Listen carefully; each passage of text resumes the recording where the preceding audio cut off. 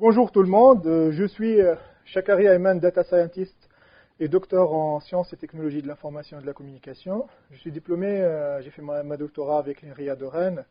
Et je suis ingénieur en télécommunication, double diplômé de Sudcom Tunisie et Télécom Paris Tech.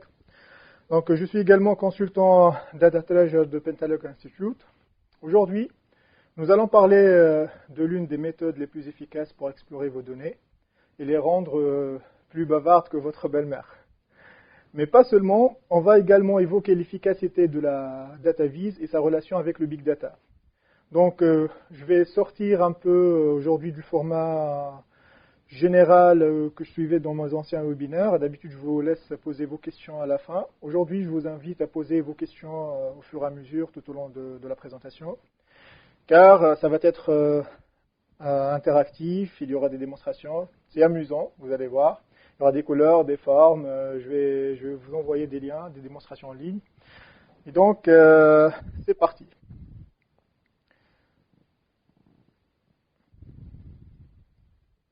Est-ce que vous êtes prêts? Ok, très bien. Bon, let's go. Comme vous le savez, aujourd'hui, on vit dans une ère de révolution Big Data. Tout le monde parle du Big Data. C'est devenu abusé, utiliser ce buzzword partout. J'ai l'impression qu'on injecte dans chaque discours IT ce buzzword. Moi, personnellement, ça m'énerve. Mais ce qui est sûr, c'est qu'on a de la donnée partout. Les solutions de stockage croissent exponentiellement. Les prix des disques n'arrêtent pas de diminuer. Les capteurs génèrent toujours plus de données. On a des capteurs de pollution, les fichiers de journalisation des opérateurs téléphoniques, des capteurs sur la température. Vous avez de plus en plus de photos, de vidéos. Et donc, les données collectées sont mises en ligne, et les données sont analysées, et même les analyses sont mises en ligne. Donc, l'univers numérique explose. Et donc, on voit dans cette figure, on représente l'évolution de la quantité de données depuis l'année 2009 jusqu'à maintenant. Et donc là, on voit très bien que en 2007, on est arrivé à peu près à 281 exaoctets, qui est l'équivalent à 281 milliards de gigaoctets. En 2010, on a franchi la barrière du zétaoctet. Et en 2012, en 2011, on est à peu près vers 1,8 zétaoctets. On prédit qu'en 2020, on va atteindre les 40 zétaoctets, ce qui est vraiment énorme. Pour vous donner un ordre de grandeur, voilà la table de normalisation. Et donc, si on voit ici zeta, c'est 10 à la puissance 21, donc ce qui est très, très, très, très, très, très énorme. Donc, vraiment, on a de la donnée partout. Et on a de la donnée partout et on se pose la question, donc, qu'est-ce qu'on peut faire du bien de ces données-là. Donc, la difficulté va être quoi faire et comment gérer ces données. Comment transformer ces données en information. Comment utiliser l'information pour prendre des bonnes décisions et apprendre de nouvelles connaissances. Comment peut-on avoir des réponses à des questions fondamentales dont on n'a aucune idée aujourd'hui. Le big data est en train de se démocratiser, on sait stocker les données efficacement. Mais comment transformer ce déluge de données, cette pluie torrentielle de données, en insight, en opportunité? C'est ce qu'on appelle en anglais insight. Voilà.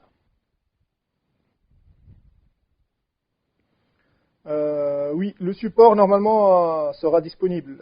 Je pourrais vous l'envoyer par mail si vous voulez. Donc, comment transformer ce déluge de données en opportunité? Là, il ne s'agit pas de chercher des choses qu'on connaît, comme fait Google par exemple, mais c'est plutôt de trouver des choses qu'on ne connaissait pas avant. Ça veut dire quoi? Par exemple, une startup qui a des produits veut savoir les avis de ses utilisateurs sur son produit et veut être prévenue quand quelque part dans le monde on commence à parler négativement ou positivement, s'il y a un problème de production, s'il y a un problème d'image de marque et tout ça. Voilà, donc aujourd'hui, on ne sait pas faire une formule qui va chercher dans Google tous les cas où les produits sont marqués négativement, et ça aussi bien en Chine qu'en Zimbabwe par exemple. Donc on doit trouver des solutions à ça. Par exemple, de même aussi, dans le domaine médical, les épidémies sont de plus en plus importantes et détecter des épidémies, ça a été toujours une tâche complexe. Il y a des épidémies qu'on connaît bien, on sait les détecter. Il y a plein d'épidémies nouvelles qu'on ne sait pas les détecter. Il faut faire des recherches un peu bizarres. Et tout ça, les moteurs de recherche traditionnels ne savent pas bien le faire. Donc, il faut mettre en place des méthodes plus d'exploration et de prédiction. Moi, sincèrement, je pense que la nouvelle frontière du big data n'est pas la gestion. Là, on arrive à bien gérer cette quantité de données. Il y a des solutions de stockage, il y a des architectures distribuées, des architectures parallèles. On sait très bien faire ça. Mais la nouvelle frontière, c'est plutôt à l'exploration. Être capable de trouver des choses que nos concurrents ne savent pas découvrir. Et pour faire ça, il y a beaucoup de chercheurs, d'ingénieurs, d'entreprises qui utilisent la vision. Donc, l'une des raisons de l'utilisation des visions, en fait, on n'a pas mille manières d'explorer les données. Soit on va dire que la machine elle est intelligente, on va lui donner du travail à chercher des choses et à identifier des patterns et trouver des tendances. Ça ne marche pas toujours bien. Soit on va regarder des tables de chiffres, on est vite fait limité. Et donc, en utilisant la vision, on va augmenter notre capacité de percevoir des grandes quantités de données. Et ça, c'est la base de la data vis. Parce que nous, les humains, on a un sens qui est très, très, très, très formidable, c'est la vision. C'est le sens ayant la plus grande bande passante. C'est le sens le plus rapide, le plus parallèle. On a une grande capacité à reconnaître les formes, à être préattentif, et donc à utiliser nos capacités cognitives et mémorielles. Donc, on pense visuellement. Donc, la data vis, c'est un domaine qui va utiliser des connaissances issues de la psychologie cognitive, de la psychologie de la forme, on utilise souvent le mot allemand, la gestalt, et donc on va utiliser la perception préattentive psychophysique.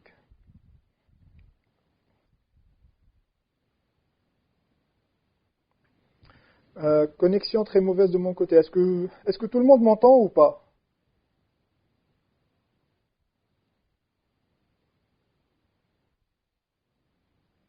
D'accord. Je suis désolé, Amandine, je sais pas, je pense pas le problème vient de moi. Donc, juste avant de continuer, en fait, je voudrais faire un peu la part des choses. On parle de data vis, d'infographique, d'infovis, en fait, et je vais juste montrer un peu la différence des choses, en fait. Là, donc, la data vis, c'est ce que vous voyez, c'est la figure qui est à gauche. Donc ça, c'est de la data vis. La data vis, c'est une représentation. Si vous tapez ça sur Wikipédia, vous allez trouver que c'est une représentation graphique de données statistiques ou visualisation de données statistiques. Et c'est un résumé visuel des données chiffrées, en fait. C'est statique. La data vis, généralement, c'est statique.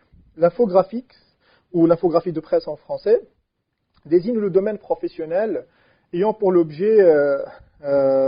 objet les graphes destinés à mettre en image des informations généralement statistiques au moyen de diagrammes, des couleurs, des camemberts et tout ça. Donc ça, c'est l'infographie de presse. Vous allez trouver ça dans les journaux, dans les exposés, c'est très utilisé dans les séminaires.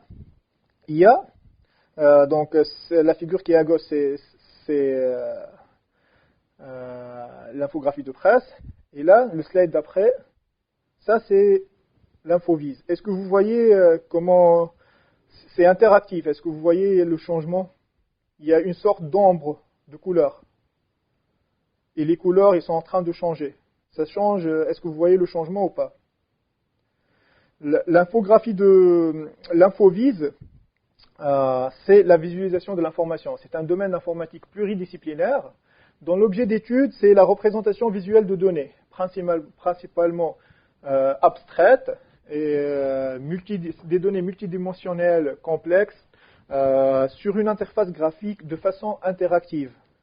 Donc là, je représente l'évolution d'une certaine quantité sur 24 heures. Donc lorsque il y a l'ombre, c'est le jour, et lorsque c'est noir, c'est la nuit. Et donc l'évolution, on voit très bien le changement des couleurs. Je ne sais pas si vous voyez, si ça bouge chez vous ou pas. Ok.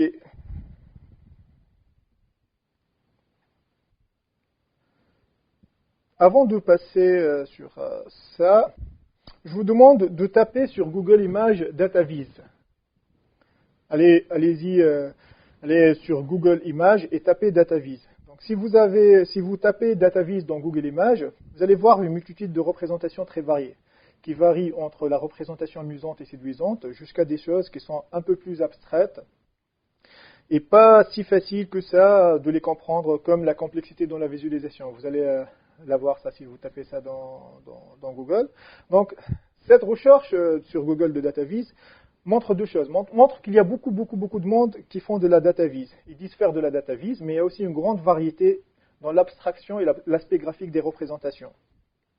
Du coup, une question qui se pose, est-ce que cette variété est bonne ou pas bonne?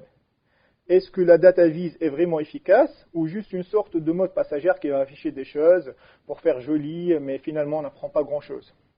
Donc on se pose la question depuis quelques années car il y a un engouement très fort pour la DataVis et on n'est pas toujours convaincu par l'efficacité. La question qui se pose, elle est vraiment légitime. Mais depuis 2010, la DataVis devient populaire dans les journaux comme le New York Times, Le Monde, Libération. Et elle est devenue omniprésente sur le web. De nouveaux produits mettent en avant leurs composants DataVis, BI, Business Intelligence, Tableur. Et ce qui pourrait vous mettre le plus à l'oreille dans la réponse à la question sur l'efficacité, c'est que les entreprises DataVis sont en forte croissance. Je vais prendre un exemple de l'entreprise Tableau Software qui a réussi à lever au Nasdaq 254 millions de dollars en mai 2013. Donc si derrière cette entreprise il y avait un engouement passager, je pense pas que les investisseurs auraient hésité à investir cette quantité d'argent. C'est une société à croissance à deux chiffres depuis quelques années. Et donc, ça montre bien l'efficacité et l'intérêt que les gens ont par rapport à la DataVis. Bon, l'engouement est là, mais est-ce que vraiment efficace? Toutes les DataVis sont-elles utiles? Comment reconnaître une DataVis bonne d'une mauvaise DataVis? La DataVis est-elle efficace sur de big data? Donc, toutes ces questions. Je vais essayer de répondre à ces questions dans ce webinaire. Donc, pour vous montrer l'intérêt de la DataVis, je vais prendre donc un exemple. Ça, c'est un jeu de données qui s'appelle le quartet d'Anscombe. Anscombe, c'est un statisticien qui a essayé de mettre en valeur 4 jeux de données, grand A, grand 2, grand 3, grand 4, X et Y, donc on va trouver X1, Y1, X2, Y2, X3, Y3, X4, Y4. Donc ces 4 jeux de données, ils partagent les mêmes propriétés statistiques. On a la même moyenne sur les X, la même moyenne sur les Y, la même variance sur les X, la même variance sur les Y, la même coefficient de corrélation entre les X et les Y, la même erreur quadratique moyenne, l'équation de régression linéaire est la même. Et donc, on se dit que c'est pratiquement la même chose. Mais, lorsqu'on visualise ces données, on représente Y en fonction de X, voilà ce qu'on obtient. Donc, on obtient ça. Donc vous voyez du tout, il ne s'agit pas de la même répartition. Même s'ils partagent les mêmes propriétés statistiques, il n'y a pas, c'est vraiment, ça n'a rien à voir. Donc si on veut faire une classification de ce jeu de données, ça ne va pas être du tout la même chose.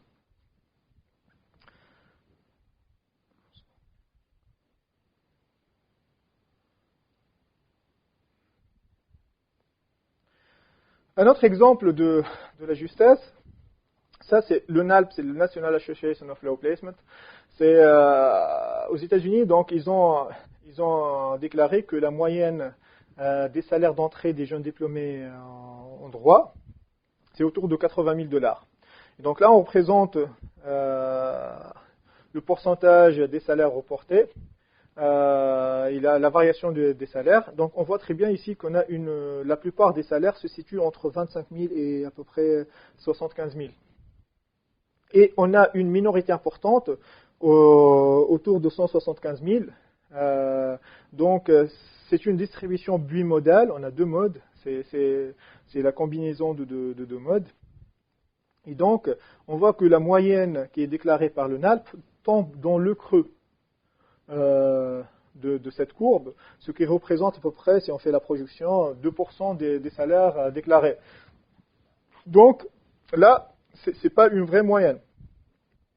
Et ça, on ne l'aurait pas su si on n'avait pas visualisé nos données.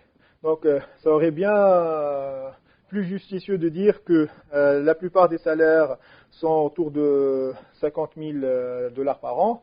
Il y a ceux qui ont fait une grande école de droit peuvent gagner jusqu'à 170 ou 175 000 dollars par an.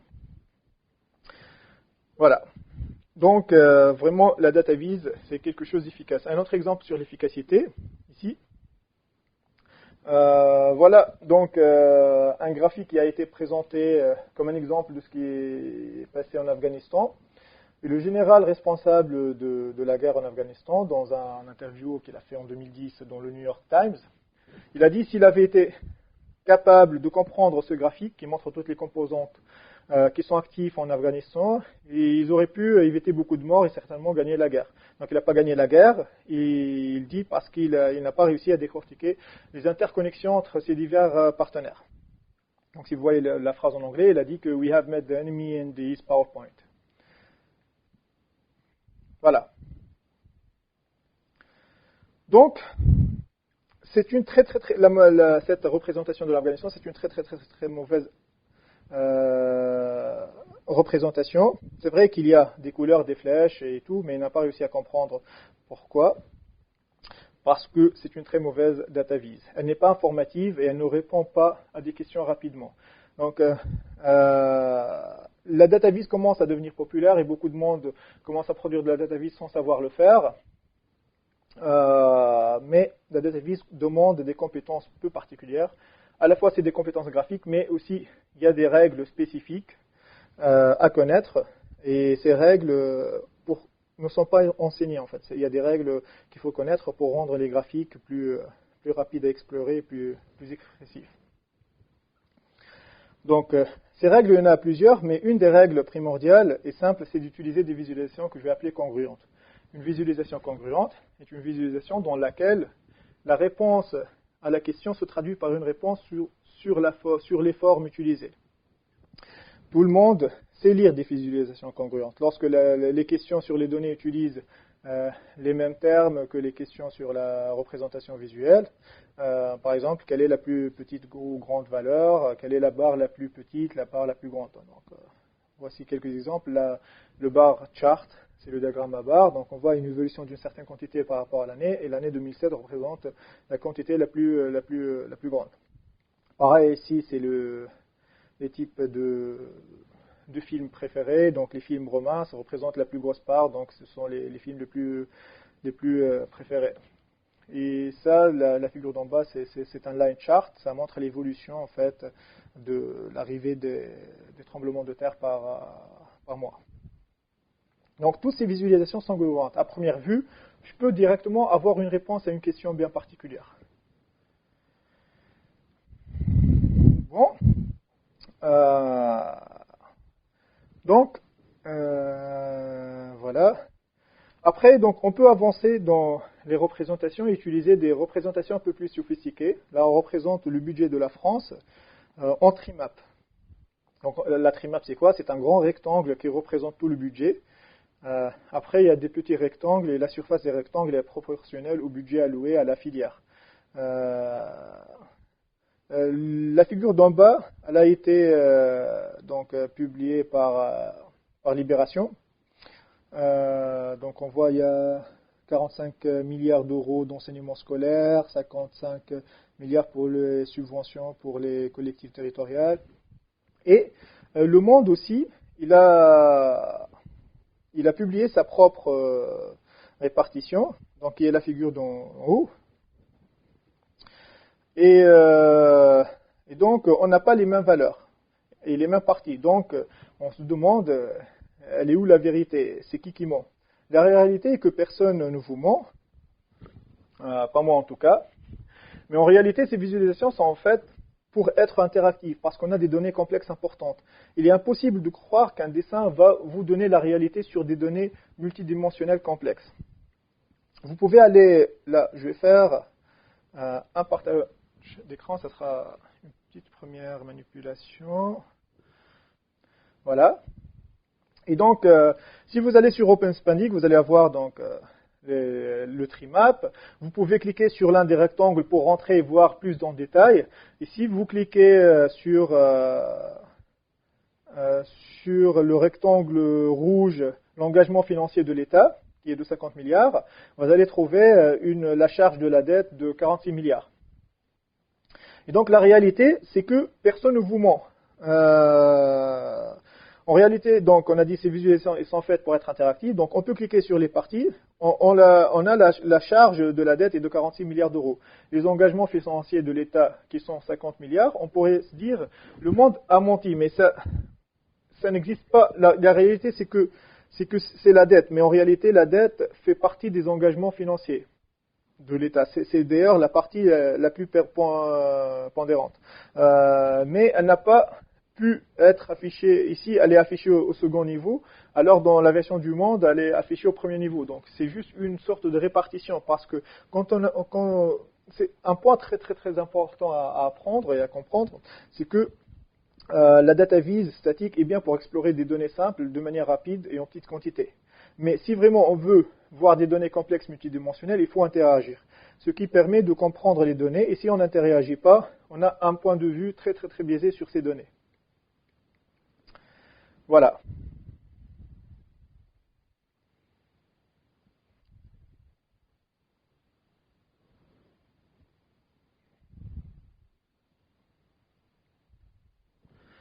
Ok, donc je reviens sur la présentation.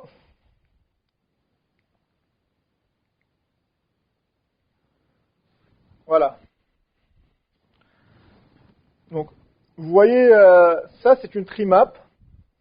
C'est une très très grande trimap qui a été affichée par un chercheur à l'ERIA qui a essayé d'afficher les fichiers dont il dispose sur son disque dur. Là, il a affiché 1 million de fichiers. Donc, il a fait une classification. Quand c'est vert, c'est du code source. Quand c'est rouge, quand c'est vert, c'est des images. Quand c'est rouge, c'est du code source. Quand c'est bleu, c'est des images, c'est du fichier texte. Donc, il y a différents types de fichiers. Et quand c'est gris, il ne sait pas. Et donc là, si on voit le grand rectangle en haut à droite, donc là, lorsqu'il a affiché ça pour la première fois, il a été voir qu'est-ce que c'était, parce qu'il ne savait pas du tout c'est quoi le gris. Et donc il a découvert que ce sont des erreurs. Ce sont des fichiers temporaires qui auraient dû être détruits parce que le file server gardait à peu près 10% des fichiers qui étaient totalement inutiles parce qu'il ne savait pas qu'il avait un programme qui générait des fichiers pour rien, il ne les effaçait pas. Donc afficher 1 million de données, c'est possible. Essayer de les comprendre, c'est possible, c'est utile. Bon, 1 million, c'est un peu la limite de ce genre de représentation trimap, mais on peut le faire. On peut vraiment le faire. Là, je vais passer à la question de dimension. Voilà. Donc là, je représente ici, le schéma n'est pas très clair, mais je représente ici le nombre de papiers publiés. Ça, ce sont les rangs représentent les différentes équipes de l'ENRIA. Et là, sur l'axe des X, on représente le nombre de personnes par équipe. Sur l'axe des ordonnées, l'axe Y, on représente le nombre de publications. Et on voit très bien, plus qu'une équipe a plus de membres, plus elle publie plus. Mais il y a aussi des particularités, on peut voir, donc, comme l'équipe Disco qui est en haut, là, je n'arrive pas à comprendre ce phénomène, mais ils sont des staconovistes de la publication. Ils publient énormément, c'est bien. Et donc là, on représente des données sur deux dimensions. On a deux dimensions qui sont le nombre de personnes et le nombre de publications. On peut toujours augmenter le nombre de dimensions. Là, c'est un exemple sur 4 dimensions. Je pourrais vous envoyer le lien de ça.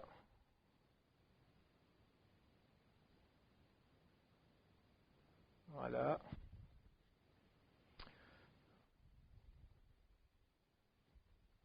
Et là, on a 4 dimensions. On a 4 caractéristiques. la longueur du sépale, le sépale length, le sépale width. Ici, en fait, c'est un exemple classique de la statistique. On étudie, en fait, on veut classer les différentes fleurs d'iris selon leurs propriétés. Les propriétés, c'est quoi? On a 4 dimensions, 4 paramètres. La sépale length, le sépale width, le pétale length et le pétale width. Donc la largeur des pétales et des sépales. Et donc, on projette 2 à 2. On projette 2 à 2 et à chaque fois, on voit les caractéristiques 2 à 2 dans une matrice de scatterplot qui a 4 lignes et 4 colonnes. Donc, sur chaque ligne et chaque colonne, on présente les 4 caractéristiques et on essaie de matcher en fait 2 à 2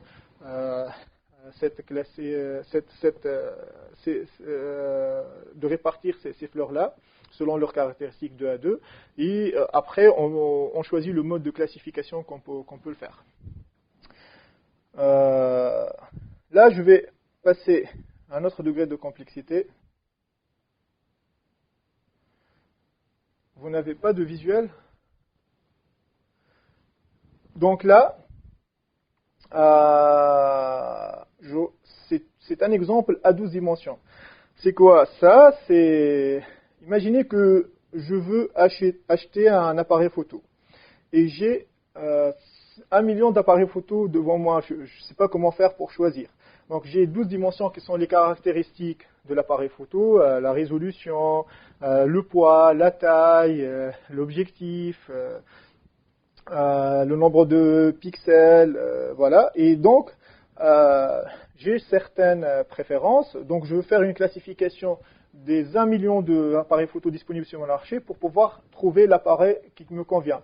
Donc, j'essaie de projeter 2 à 2 les caractéristiques et je tourne. Je fais des projections et je tourne. Je fais des classifications et je tourne. À chaque fois, je projette sur 2 dimensions. Et je fais des classifications jusqu'à affiner ma recherche, trouver l'appareil photo qui me convient. Je vais vous montrer une démonstration de cet outil.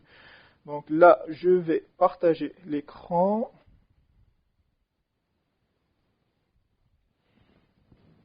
Est-ce que vous voyez mon écran?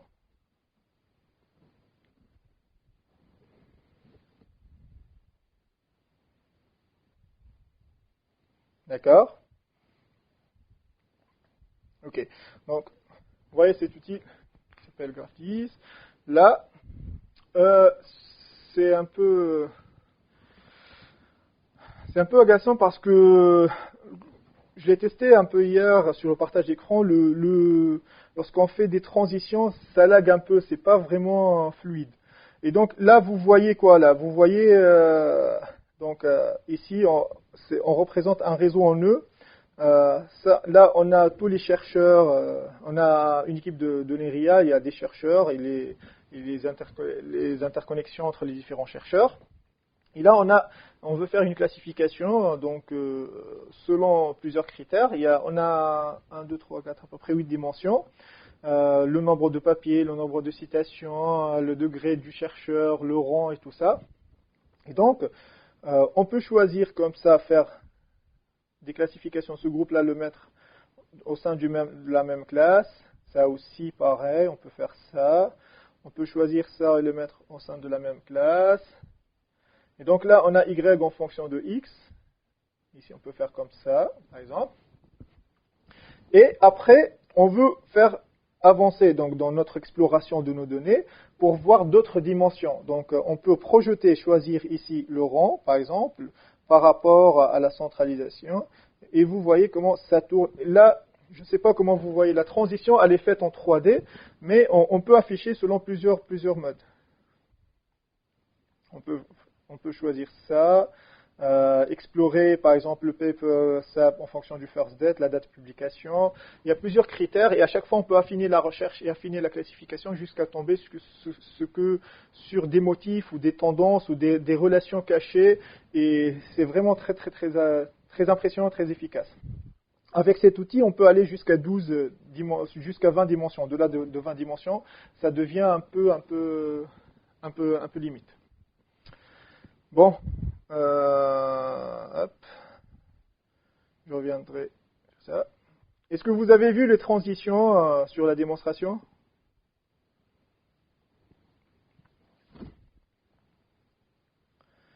Ok. Je vais vous donner un lien. Il y a une autre version en ligne de ça qui est faite par Data Publica pour explorer les zones d'emploi en France. Donc vous pouvez cliquer sur ce lien et faire ce que j'ai fait tout à l'heure. Projeter sur, vous avez le scatterplot, la matrice du scatterplot, et vous pouvez projeter sur plusieurs dimensions. Vous pouvez choisir. Il y a plusieurs dimensions. Le revenu, la population, la latitude, le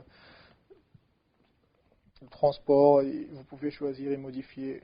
Cliquez sur les petits carreaux, les matrices lignes, vous pouvez choisir et faire des classifications. Donc là, ce sont des données multidimensionnelles complexes. Donc vous voyez l'intérêt de la visualisation pour pouvoir explorer ces données-là. Donc il faut vraiment interagir avec ces données. Il faut injecter de l'interactivité pour pouvoir explorer efficacement ces données-là. Après, je vais vous montrer un autre exemple ici de Public Data de Google.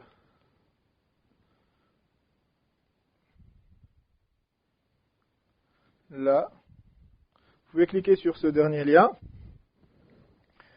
Je vais partager mon écran. Et là, si vous voyez, on représente le taux, ici, le taux de fécondité par rapport à l'espérance de vie des différents pays. Et donc, lorsque j'appuie sur le bouton Play, vous pouvez le tester, là, je vous ai envoyé le lien. On voit l'évolution, comment ça évolue au cours du temps, en fait, les différents rangs, et ça permet d'identifier, en fait, des zones isolées ou expliquer des tendances. Par exemple, si on voit ici pendant les années 80, comment l'espérance de vie au Cambodge, hop, là, je fais une pause.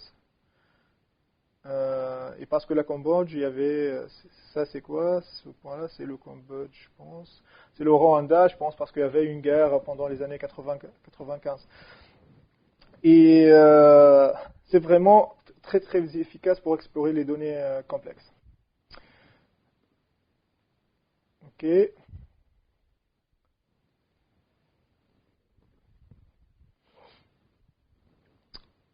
Vous avez testé Public Data de Google?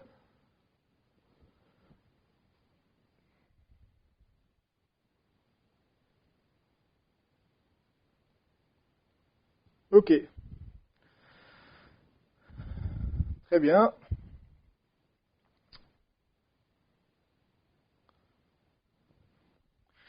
Je vais vous donner d'autres exemples si vous... Je ne sais pas si je vais avoir beaucoup de temps. Allez, je vais vous montrer juste ça. Après, on arrête là. Après, on étudiera la relation avec le Big Data. Là, vous allez voir, je vais faire encore une capture d'écran. Mais vous n'êtes pas obligé de suivre ma capture d'écran, cliquez sur le lien et je vais vous dire ce que vous faites parce que lorsque je fais une capture d'écran, les transitions, l'interactivité de ça lag, c'est pas très très beau à voir. Mais ça, en fait, sur le New York Times, c'est la proposition du budget qui a été faite par Obama en 2013. Ça, c'est toutes les dépenses. Ici, on clique sur Type of Spending. On voit qu'il y a deux groupes. Il y a Mandatory and Discretionary. Et donc, ça représente à peu près 70% du budget dépensé. Il est contrôlé par des lois existantes. Et donc, ce qui est à droite sont les nouveaux changements. C'est de l'ordre de 1,1 trillion de dollars. Et si on clique sur Change, on voit très bien que la quantité de gauche, elle est écartée. Donc, il reste que les changements, Change de Discretionary Spending. Et après, on peut choisir de cliquer sur Department Totals pour voir la répartition par rapport aux différents départements, Social Security, Defense, Treasury, Health and Human Services. Voilà. Donc, il y a plein d'autres exemples. Vous pouvez aller sur ce site-là qui s'appelle Visual Complexity. Je vais vous envoyer le lien. Vous allez trouver beaucoup de visualisations qui sont inutiles et d'autres qui sont très utiles. Vous pouvez uploader vos données et choisir le mode de visualisation et visualiser vos données selon le format que vous allez choisir. Voilà, c'est ça le lien de Visual Complexity. Donc, voilà, là je vais faire stop. Et je vais continuer. Donc, est-ce qu'on peut aller au-delà de 20 dimensions? Est-ce qu'on peut aller au-delà de 20 dimensions? Oui, on peut aller au-delà de 20 dimensions, mais il y a quelques pièges. Je ne vais pas en parler aujourd'hui parce que je n'ai pas le temps, il me reste à peu près 15 minutes, mais on reste toujours dans le même compromis. Plus qu'on a besoin d'explorer les données complexes, plus il faut passer du temps à comprendre comment les représenter, mais on peut le faire, on utilise des techniques de projection multidimensionnelle, donc on peut le faire, on peut aller jusqu'à des centaines de dimensions, donc sur cet exemple-là, il y a à peu près 50, qui est affiché donc, ici, voilà, donc des centaines de dimensions, c'est quoi? C'est, par exemple, si aujourd'hui les cancérologues, il y a des centres de cancérologie en France, les médecins cancérologues, ils utilisent des moyens de DataVis pour pouvoir visualiser, explorer les données sur les malades. Donc on a à peu près 100 paramètres, ou 100 ou 200 paramètres sur chaque patient qui est atteint de cancer, les facteurs démographiques, son mode de vie, la nature de sa formule sanguine, la FSVS, CRP, la protéine C réactive, tout ça, tous ces paramètres biologiques. Et donc, on essaie de visualiser ça, explorer, trouver des tendances pour pouvoir expliquer les facteurs qui ont mené à ce type de cancer. Et après, on peut utiliser ça, matcher ça avec ce qu'on appelle le cognitive computing. On peut utiliser des moteurs d'intelligence artificielle, comme IBM Watson. Je ne sais pas si vous avez entendu parler de Watson Discovery, et qui est utilisé dans le healthcare aujourd'hui pour faire de l'aide à la découverte. Donc il va pouvoir lire ces visualisations, les interpréter, et également lire les différentes publications, l'état de l'art académique ou industriel sur les traitements du cancer, et proposer en fait des évidences avec un certain facteur de confiance aux cancérologues pour des traitements qui correspondent à un type de cancer bien particulier ou à un patient bien particulier. Voilà.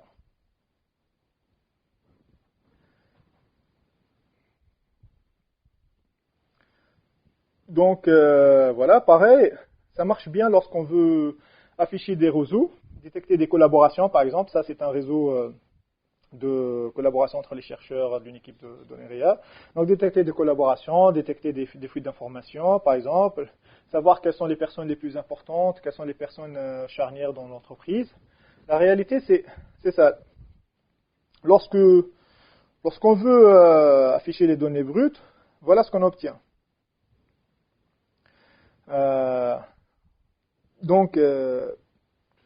Ici, la plupart des réseaux sont très denses. Et si je veux afficher par exemple les métadonnées de votre boîte mail dans une organisation, j'obtiendrai des choses comme ça. Encore une fois, la difficulté est là, c'est cette représentation. Tout le monde peut la comprendre. Mais là, ça sert plus à rien. Donc, cette représentation-là celle-là. Tout le monde peut comprendre ici, plus le cercle est grand, plus il est plus impactant, plus le trait il est gras, donc plus l'interconnexion elle est plus forte, plus la relation elle est forte.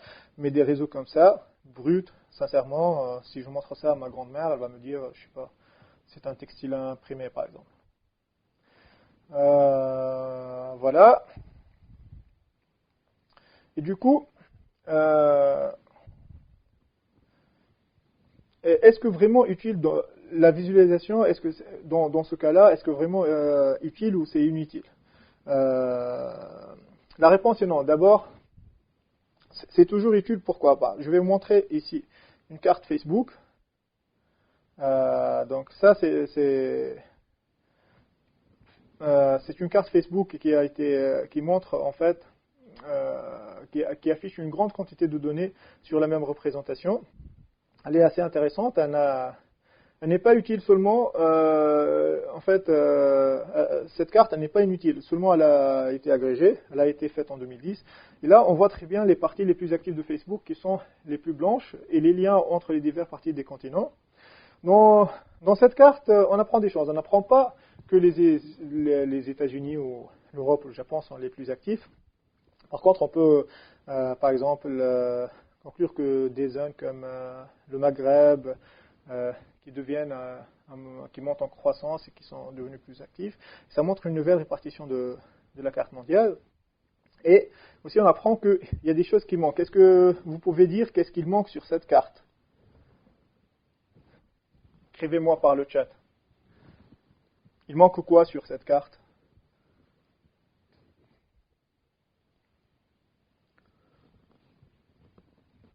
Les pôles. Non. Voilà, il manque la Chine. Très bien. Parce que, pourquoi? Pourquoi il manque la Chine?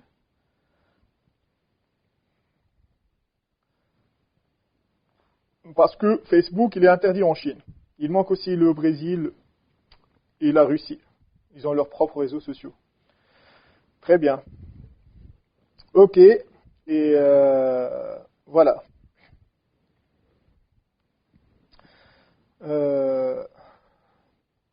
Donc, je vais avancer encore. Ici, ça, c'est mon réseau de relations LinkedIn. Si vous allez sur LinkedIn, visualisez votre réseau de relations d'interconnexion, vous allez obtenir quelque chose comme ça. Donc, la réalité, qu'est-ce qu'on voit sur ce réseau?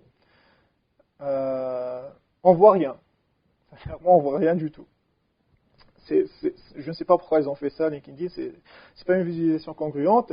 Je trouve ça con de leur part, parce qu'ils m'ont mis moi au centre, qui collabore avec tous les autres collaborateurs qui sont dans mon cercle. Donc, ils auraient pu économiser 500 liens, parce que c'est mon propre réseau. C'est tout à fait normal que je vais collaborer avec ceux qui existent dans mon cercle de collaboration. Donc, ils auraient pu enlever 500 traits. Donc, moi, ce qui m'intéresse, c'est de voir quels sont parmi mes collaborateurs ou les gens, mes amis sur LinkedIn, qui ont des relations entre eux, quel est ce type de relation, quelle est la force de ce lien. Voilà. Donc, pour visualiser des réseaux, on peut utiliser deux modes. Soit utiliser un diagramme en nœud, ou bien utiliser des matrices d'adjacence. Ça, c'est le diagramme en nœud des personnages du roman Les Misérables. Dans la figure à gauche, on voit qu'on a Jean Valjean qui est au milieu, qui collabore avec tout le monde et qui interagit avec tout le monde. C'est le personnage central. Et ici, je vais vous envoyer un lien pour une petite démonstration aussi sur Les Misérables. Cliquez sur ce lien.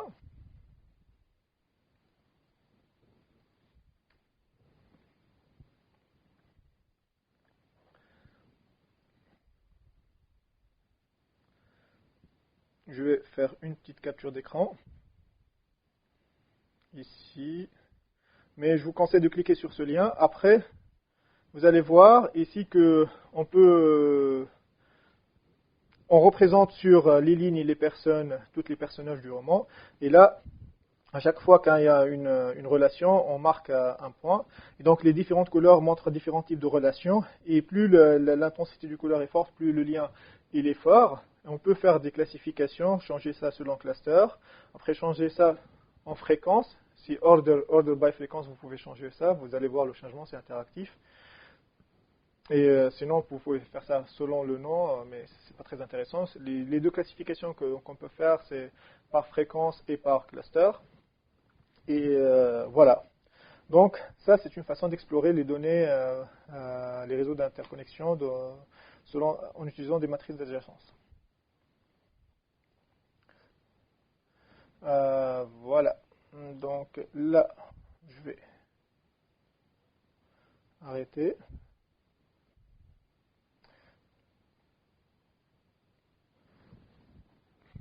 Donc, la matrice d'adjacence, c'est quelque chose de...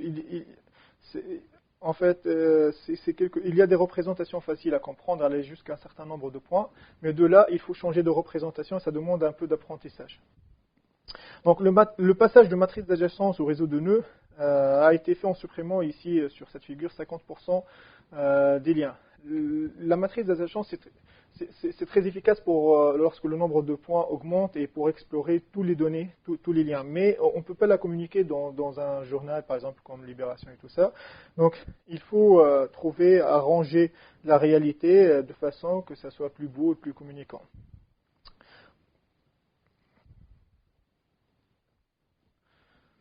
Pour le big data, donc il va falloir du temps que les gens apprennent. Donc, est-ce qu'on peut aller vraiment vers le big data? On peut aller jusqu'à des millions de points, ça c'est sûr, visualiser ça en matrice d'adjacence. Mais 1 milliard de points, je pense que ça devient très limité même pour l'œil. Ça représente en fait, à l'INRIA, ils ont un mètre de 4,50 m sur 2,50 m où on peut visualiser des réseaux des diagrammes en nœuds. Et là, donc, on peut monter jusqu'à 1 million de points, mais des millions de points, mais je pense milliards de points, c'est pas possible. Donc, pour conclure, la visualisation elle est très efficace. La data visualisation donc, nous invite à reprendre la distinction classique entre données, information et connaissance. Si les données sont des éléments unitaires bruts reflétant une réalité, l'information est leur mise en cohérence pour leur donner du sens. Mais elle est très efficace à condition de suivre des règles strictes. Dans certaines limites de taille, beaucoup de graphiques ne respectent pas des règles de lisibilité et les limites de taille, donc il faudra un peu de temps pour que les graphistes apprennent ces règles ne sont pas enseignées. Les visualisations efficaces nécessitent un peu d'apprentissage, il faudra un peu de temps pour que la population apprenne à lire des visualisations des données multidimensionnelles complexes. Et au-delà d'une certaine taille de données, la visualisation seule ne suffit pas. Il faut combiner visualisation et analyse de données. Les méthodes combinant visualisation et analyse de données ne sont pas encore disponibles pour des non-spécialistes. C'est un champ de recherche qui est très passionnant, je pense, pour les 10 prochaines années. Et pour la majorité des données, il existe déjà des logiciels relativement simples de visualisation comme Tableau Software par exemple, ou même SAS. Voilà. Donc je vous remercie pour votre attention et si vous avez des questions, également maintenant je peux répondre. Ça c'est les liens des démonstrations, mais je pense que je vous ai envoyé tous les liens. Je vais répondre à la question d'Alain. Donc, on peut appliquer l'analyse à la business. Vous voulez dire la data vise à la business analytics, c'est ça? Il y a des moyens en fait, même en open source, qu'on peut utiliser pour, par exemple, trouver des nouveaux segments de clients, prédire une certaine évolution. Explorer les données et trouver des tendances cachées. On peut toujours appliquer ça dans la visualisation pour trouver des tendances cachées, soit pour explorer, soit aussi pour faire ce que Bruno m'a posé en fait. C'est quoi la différence entre la data vise et le visual analytics? La data vise en fait c'est pour faire l'exploration des données. Et le visual analytics c'est un moyen pour faire la prédiction en fait, pour faire l'analyse prédictive, pour prédire une évolution d'une certaine quantité, par exemple business ou je ne sais pas quoi, le nombre de clients, pour faire du business process monitoring ou business process management. Donc on utilise beaucoup le visual analytics ou même du social BPM pour pouvoir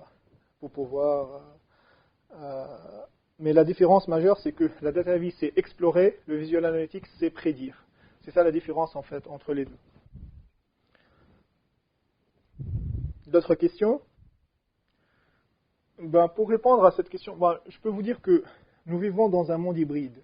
Nous avons toujours des clients qui sont en attente de tableaux de bord tout prêts pour gérer les opérations de manière industrielle. Ce sont des clients qui attendent toujours le même type de rapport pour faire quasiment toujours le même usage dans une logique de contrôle, de validation, de processus. L'autre approche de la BI en émergence, c'est d'être capable de répondre à des questions que l'on ne se pose pas encore. L'intelligence réside dans l'orchestration des réponses à l'ensemble des besoins. Certains très statiques, simples, voire basiques, et d'autres plus émergents. Voilà. En fait, les diverses possibilités d'implémentation pour les entreprises, par exemple cloud ou on-premise, départemental, corporate, reposent aussi de manière urgente le problème de la gouvernance des données. À l'heure où chaque entreprise devrait considérer l'information comme un actif, une gouvernance défaillante peut avoir de graves conséquences sous exploitation des données, par exemple manque de partage ou exploitation de données incomplètes, faible qualité, mauvaise prise en compte du temps réel. Donc une approche de gouvernance centralisée des données garantit une disponibilité, une intégrité, une sécurité, une valeur d'usage meilleur de la bonne de la bonne donnée en fait, ou des données dans le temps et par les métiers en fait. Et même si les données elles-mêmes sont décentralisées pour des raisons parfois légitimes, ce qui est de plus en plus souvent le cas, notamment lorsque l'entreprise fait appel à des infrastructures décentralisées, départementales, cloud, la capacité d'une entreprise à utiliser l'information comme un actif stratégique est directement corrélée à sa maturité en termes de gestion, de gouvernance des données.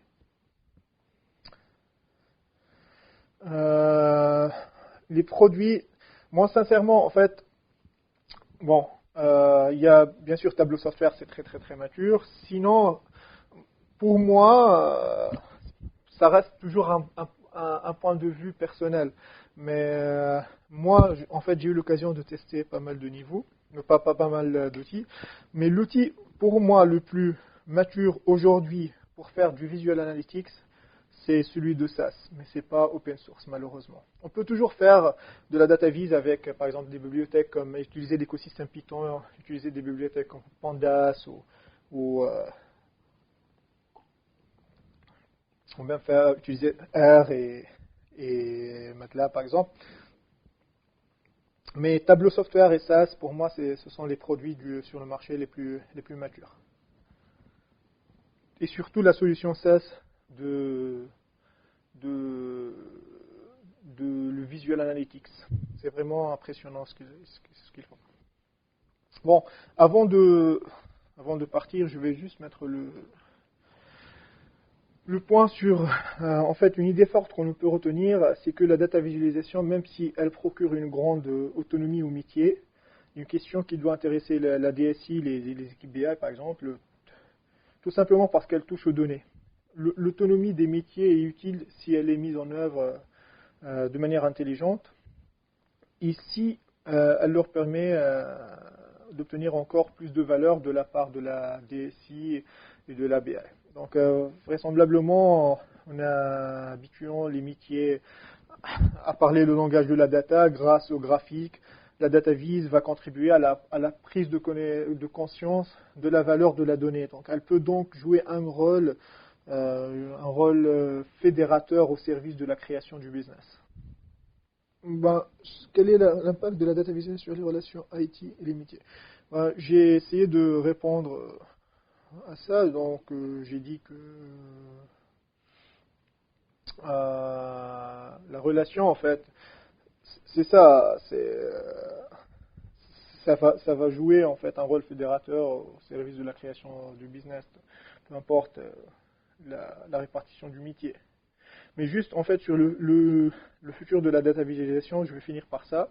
Je vais partir. Donc les formes que prendra le futur de la data visualisation sont difficiles à prévoir, car la data vis et au croisement, c'est un domaine pluridisciplinaire, le croisement de différentes disciplines, ergonomie, HM, design, analytics, communication. Donc ce sont en grande partie les innovations dans chacun de ces domaines qui vont contribuer à l'évolution de la data visualisation. Voilà, donc merci beaucoup pour votre présence aujourd'hui à ce webinaire et je vous dis à plus tard.